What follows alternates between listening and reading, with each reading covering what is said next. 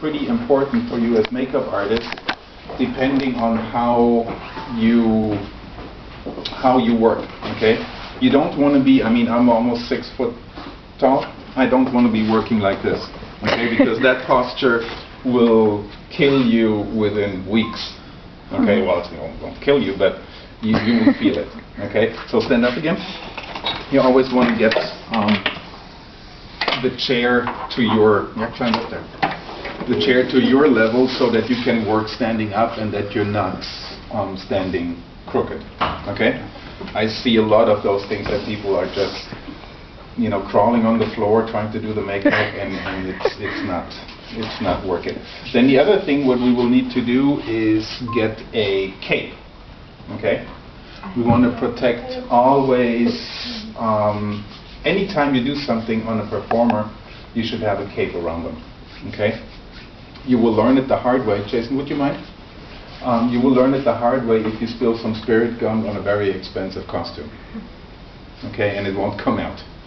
And then you have to talk to the ladies next door. Okay, that's not pretty. Okay, but I promise you it happens to everyone. I ruined a couple of costumes, and so did a bunch of students here. And it's not a pretty sight. And it usually happens when you're in a quick change situation, when you're in stress, and when you're not thinking about it. Okay. The other thing you want to do, you want to start getting the hair out of the way. And that can be done by just some regular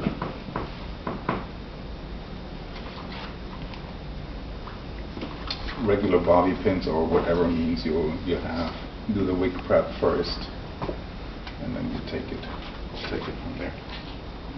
Now, as we're waiting for the cape,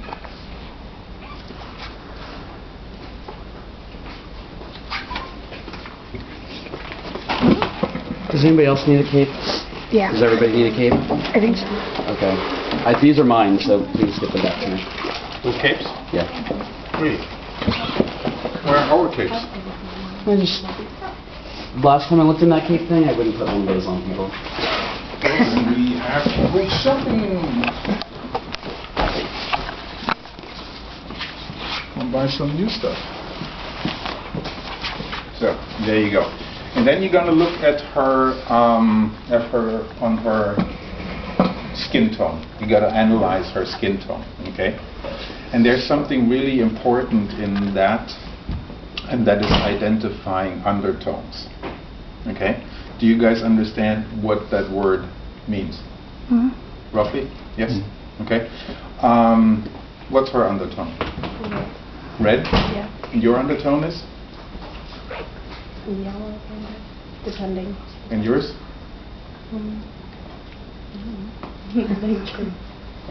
Well, look at your arm. What, I don't know. Like what is the color that you see there? It's like really like If you go in terms of the primary colors, or primary or secondary colors. I would say red. Well, I think you're green. And you're green as well. Okay. Greg has a red undertone. Okay. You have also an olive undertone. Okay. We have a pink undertone here. Okay. You pardon my choice of words, but it's a little strange. With such a light skin tone, you would expect to have a pink undertone. Okay, but you actually have a green undertone. Okay, so you got to, it's a little out of the normal. Okay, but you have to identify those in order to make the right choices of your foundation colors. Okay, and a good foundation color, when you apply it to the skin, it's almost invisible. Okay, so if I take a Q-tip and make a mark on her forehead with a foundation and I hardly see it, then I have chosen the right foundation for a corrective makeup. Okay, we're not changing skin tones, we're not altering anything, we're just coming to a nice complexion. That's all what we wanna do. Okay? Now the next thing you see that you have those lovely rosy cheeks.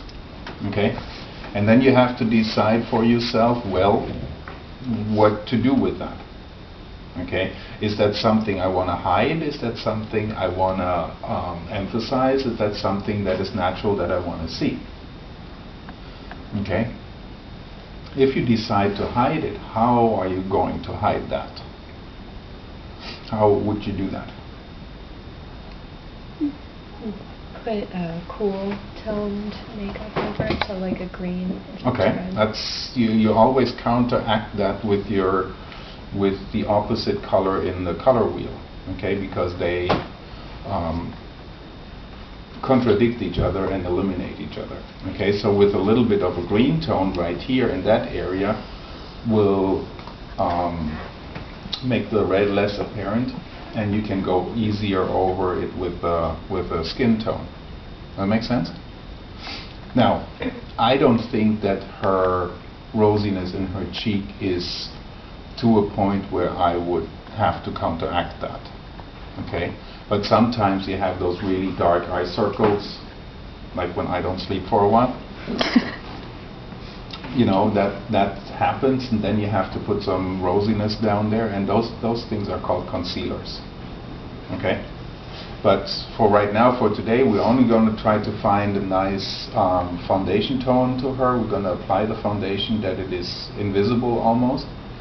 And then we're just going to apply a little bit of an eyeliner, get her eyebrows in shape, maybe a little bit of lipstick. And that's basically it, what we want to do. Okay? All right.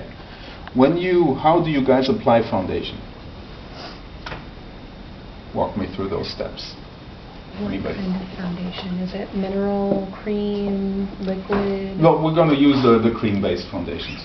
How do you apply that? You scrape it off into a palette. Okay, we got the palette right here. You're going to find a scraper. And then after that, what happens next?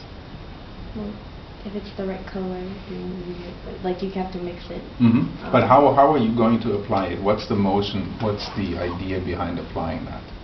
Okay. Circular. I would do the sweeping so that it won't get into any kind of wrinkles. You do a marks on my sweeping? face. Okay. You do Like more of a circular. more of a circular? Okay, we're going to explore all of those and see what happens. Okay. Who has a scraper out or a little palette knife or something like that? You can use one of my double prong clips if you want. Say I have a scraper in my kit.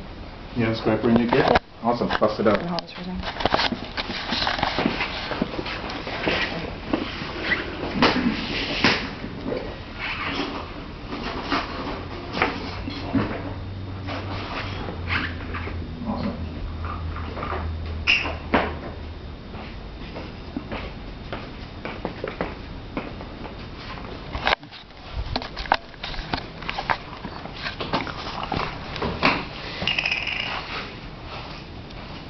I know already which one will be fine, but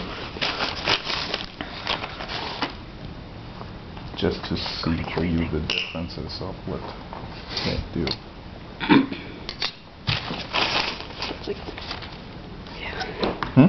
No, I was going to say that's like mine, my skin tone. That's yours? A little lighter, but that looks like my phone. Okay. One thing is never judge the skin tone by what you see in this little pot here. Okay. If I hold that skin tone to your arm or to your face, I may think, yeah, that may be okay, but by the time you have it applied, it may be either too light or too translucent or something like that. So always judge it by the amount of makeup that you're actually going to put on the face. Okay. Let's go over here. And let's see, we're going to use that one. I'm going to do a blob right here. We're going to use that one. And we're going to use that one. And we're going to use that one. Which one is the one? Second? Point to this one. We have 4 of them right now. The first one. That one. Yeah. That's the one. That is the absolute. That's the best color for her. The rest are all in that light color range, but they are maybe too cool, too warm, definitely way too dark. Okay? So I'm gonna take these guys back off here. We don't want them.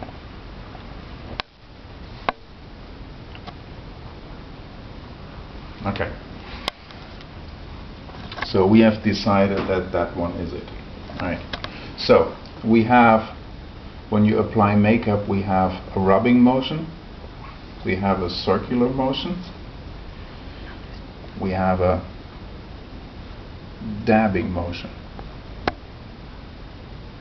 Okay? When you look closely, and you gotta really look closely of what happens to the skin, which one is the one that is the best? Do you have redrawn? The Dabbing. Dabbing. Okay? If you apply foundation with the swiping motion, you get those streaks in there. Okay?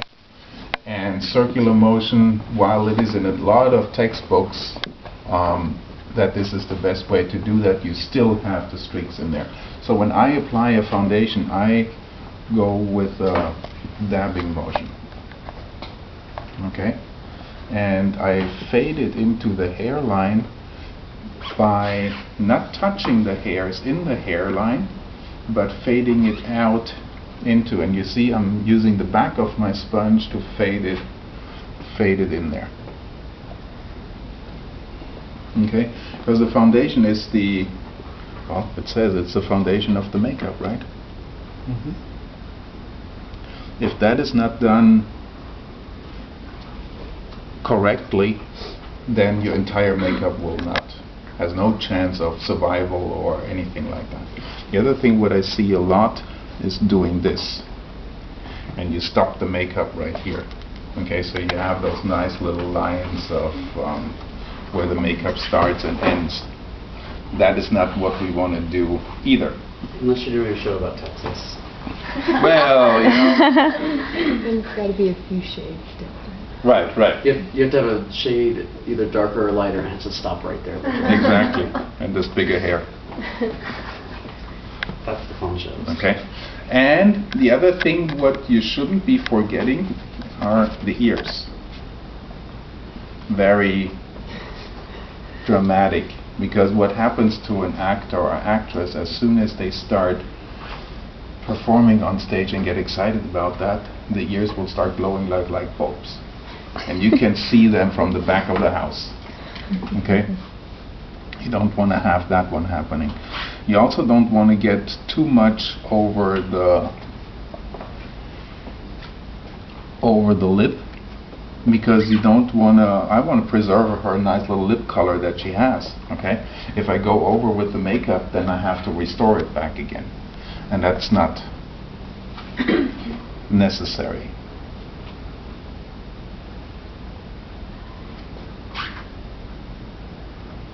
I don't want to see streaks in the makeup. I just want to see a really nice finish.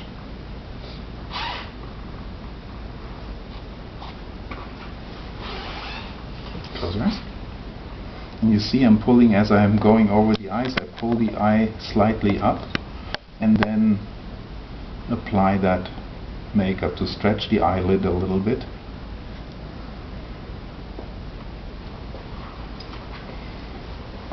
With young eyes like this, it's not such a big deal, but if you have somebody that is my age where it's all getting wrinkly and stuff, then you really have to stretch that.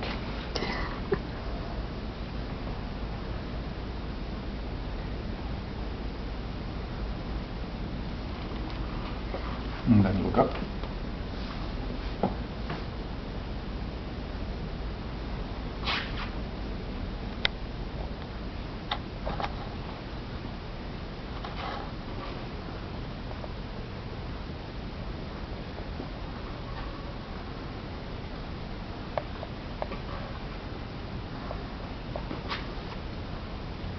Now, when you come closer and look at that foundation, okay? While we all know that there's no foundation on there, it's still on the natural side. It is not what we call being caked on. But we have evened out her skin tone a little bit. Okay? Yeah, we can still see that rosiness a little bit shining through, but that works to our advantage versus our disadvantage. Okay? It is not something that I really want to eliminate completely in this case. Awesome. So we got that one covered. Now what? What are the next steps?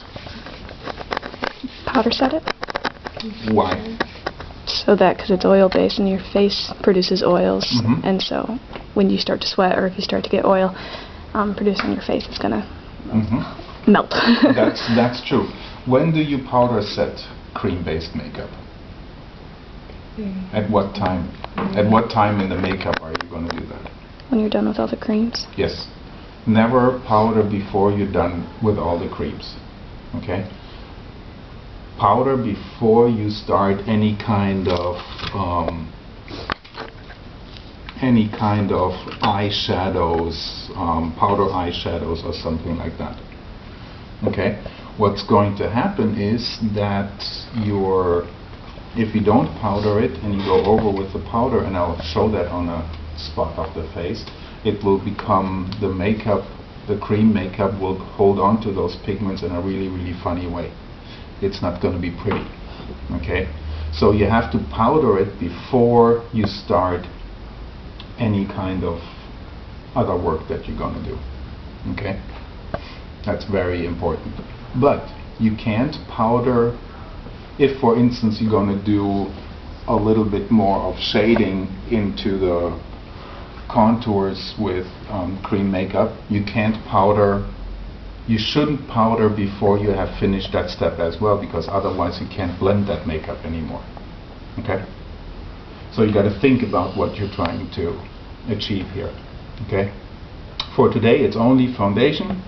We're going to go over with a little bit in the eyes with that, a little bit of blush, eyeliner, and out the door. Okay? Awesome. Michael, are we going to need corrective concealer if needed for like under eyes or? Like If you need that on your model, yes. Luckily, we had such a clean canvas here that we don't. Yeah, beautiful. we don't need that. Okay, but yes, if it is needed, and here's the thing: all the corrective makeups and all the makeups that I demonstrate and that you will learn here, anything. This what I'm showing you is only the basis to it. You guys will need to develop your eye that you can identify what is necessary in a skin to look beautiful. Okay? So if there's red markings from acne or something like that, well, get a little bit of a green concealer, put it underneath it, then apply the makeup over it. Okay? Every skin is different. You have to decide from each candidate that you have what to do now. Okay? Something also that you will see, close your eyes, that the cream makeup tends to crease the eye.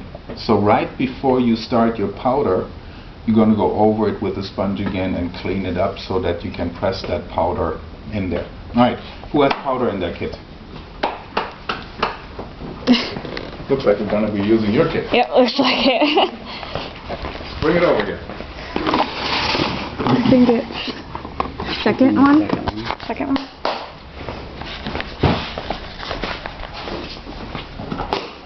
Or the third one. I don't know. Awesome. What else do I need out of here? Powder puff. Wow, Just open it up. Just open it up. You can use one of those little guys. A little bit of blush. I'm gonna use it all. Just use it all. And we can use one of those little guys. Oh. And we can use eyeliner. And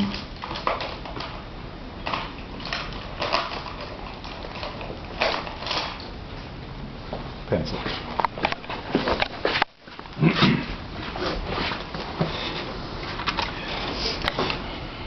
And you see, one thing that you will see here with this setup that even for a little corrective makeup, that setup is a little bit too small. That makes sense? So you want to get actually 2 of those to make it really effective. Okay? So, how is powder used? How would you use powder? Not straight out of the thing, first of all. Powder puff, just pressing it directly onto the skin so it doesn't disturb the makeup you've done. Okay, that's one thing. What I like to do with the close it. Keep them closed. What I like to do with the powder puff, actually, that you're not dousing your candidate in powder here, is actually to pick up that powder and rub it into the powder puff. Okay? Keep your eyes closed. And then you don't rub over that. You basically just press that powder into your foundation.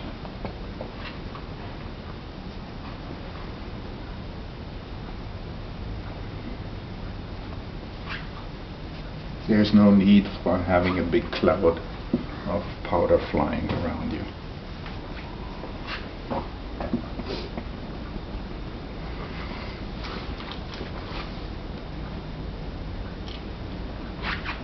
And excess powder you remove a little bit with a really fine and soft, fluffy brush. Okay? I can open your eyes again. Alright, what next? I'm going to give her a little bit of blush. See what we have in here. Awesome. For this corrective makeup, I mean, her blush is still shining through a little bit, so there's not much to do.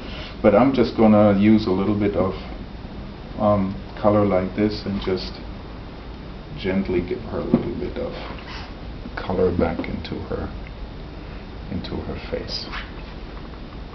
Oh, I forgot to show you how the color actually acts when it's not powdered. It's ugly. You just say it looks ugly. Well, maybe you can make that experience. Okay, not much more than that. Okay. Next thing, what we want to do?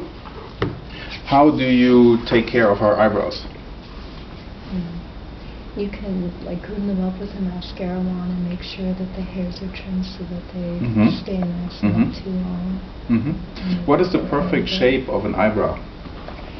With the shape of your eye. Do you guys know that shape of the eye? Yeah. Yeah? Lisa, you too? Okay. Start an eyebrow. Hold your brush there. You start your eyebrow here. This is the highest point, straight through the eye. This is where the eyebrow should end. Okay? That's a very traditional arc of an eyebrow. Now, that changes throughout the history in a completely different, it's fashion. Okay? But this is it's a classic way of the classic eyebrow. Okay? What you do for fashion purposes, color them green, paint them yellow, cut a hole into it, that's all up to you. Well, I've seen it, you know, little skunk stripes, I've seen them all, you know. That's all fine, but for stage, this is the traditional recipe of what we perceive today to be a beautiful arch. Okay? In 10 years, that may look completely different. Who knows? But we'll figure that out. In her case, would you change her eyebrow color a little bit? Fill in a little bit. Fill in a little bit. How would you do that? You can see like right here at the beginning and throughout, and you just like a little bit, not with a pencil, but with a powder. It could be that yes, you could fill that a little bit in. I wouldn't actually go so far. What I would do is actually. Here's some more if you need. I got you can do that with an eyeshadow palette, you know. Pick up a little bit of powder with And just don't go onto the skin, okay? Just on the hairs themselves. If you go onto the skin, it can look painted really, really fast. And that's not what we're trying to do. We're just trying to catch the hair a little bit, so that if you have slight bit foundation overspray or something like that on it, you're just going to take that. You're going to take that out. Okay?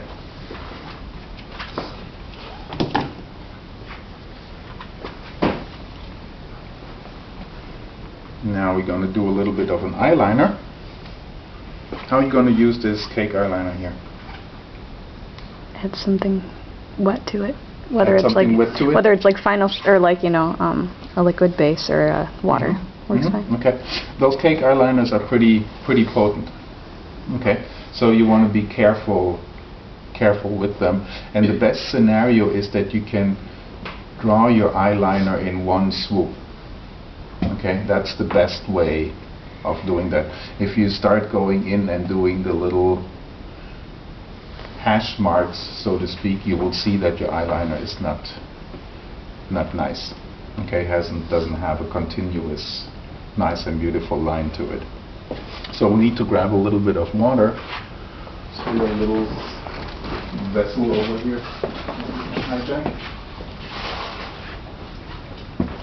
We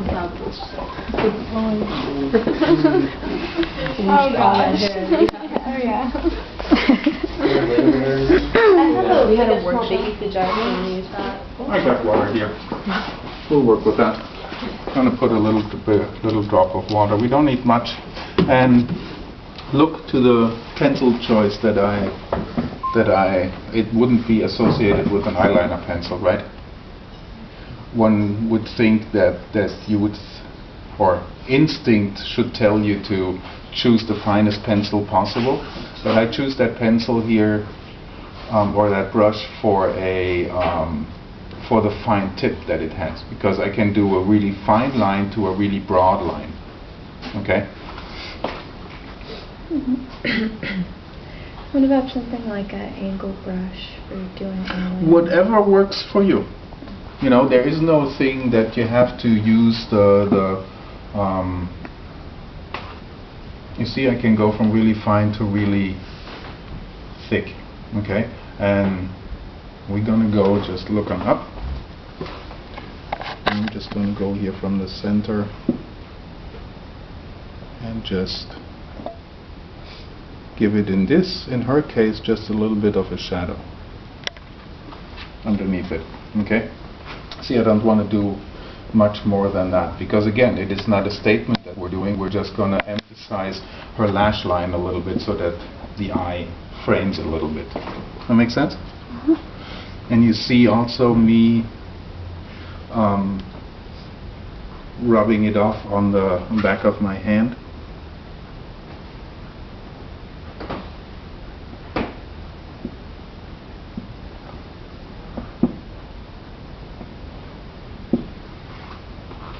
There you go.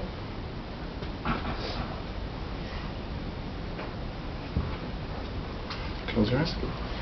And then again, the same thing. I'll lift up the eye to expose exactly what I need to expose.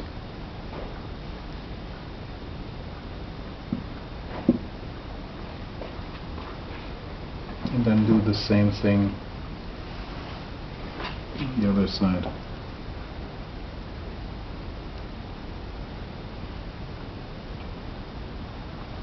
Awesome. Okay.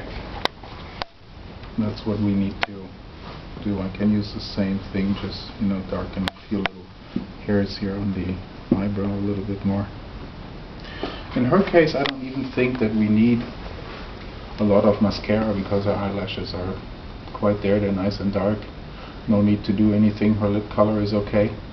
So for me, for a simple corrective makeup, that makeup would be ready to go on stage. Okay?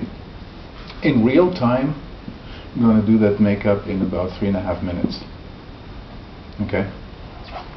Should be all really, really fast and not much to think about it. Okay? How about if you guys gonna do one? And go.